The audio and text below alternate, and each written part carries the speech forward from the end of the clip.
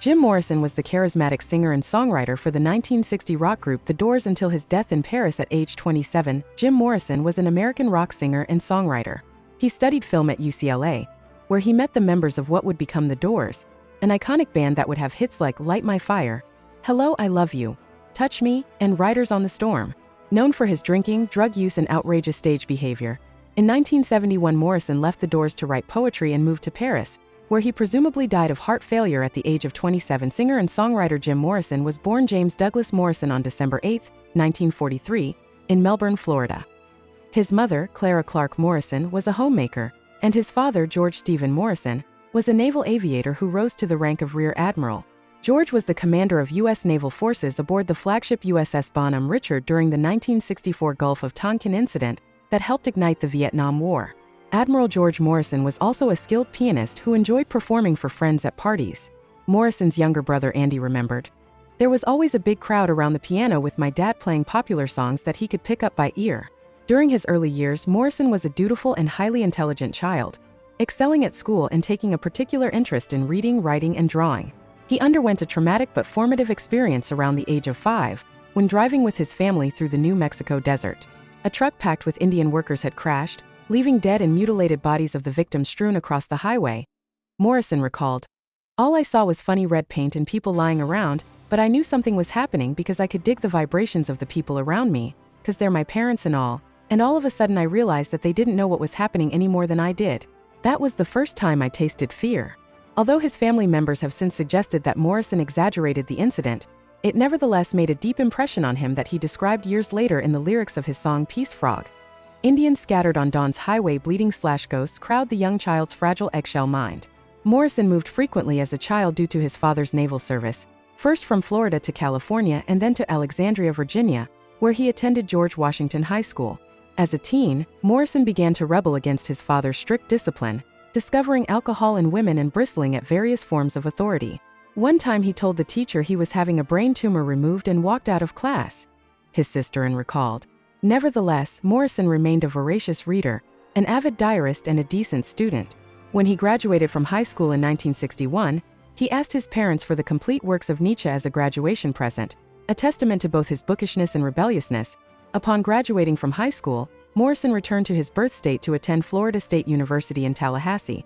After making the dean's list his freshman year, Morrison decided to transfer to the University of California at Los Angeles to study film. Because film was a relatively new academic discipline, there were no established authorities, something that greatly appealed to the freewheeling Morrison. "There are no experts, so theoretically, any student knows almost as much as any professor."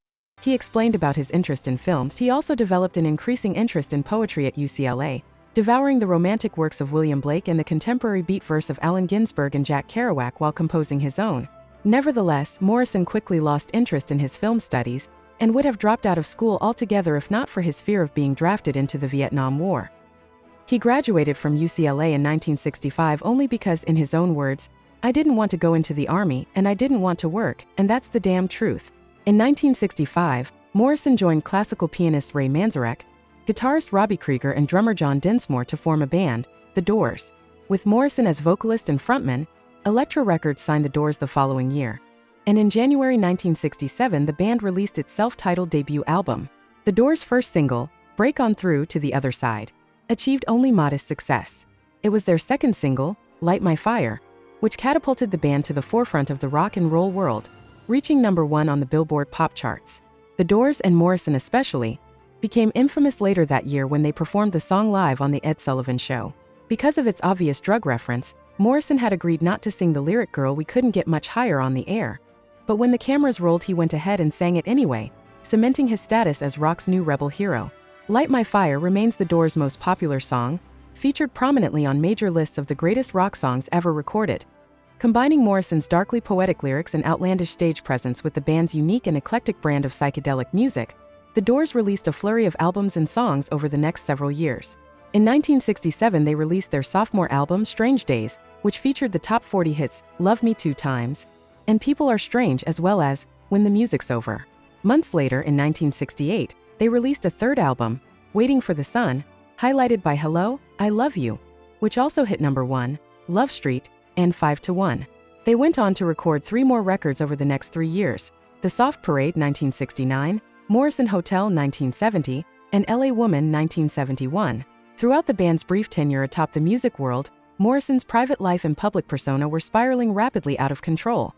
His alcoholism and drug addictions worsened, leading to violent and profane outbursts at concerts that provoked the ire of cops and club owners across the country. Morrison spent nearly the entirety of his adult life with a woman named Pamela Corson, and although he briefly married a music journalist named Patricia Keneally in a Celtic pagan ceremony in 1970, he left everything to Corson in his will. She was deemed his common-law wife by the time of his death. Throughout his relationships to Corson and Keneally, however, Morrison remained an infamous womanizer. His drug use, violent temper and infidelity culminated in disaster in New Haven, Connecticut, on the night of December 9, 1967. Morrison was high, drunk and carrying on with a young woman backstage before a show when he was confronted by a police officer and sprayed with mace.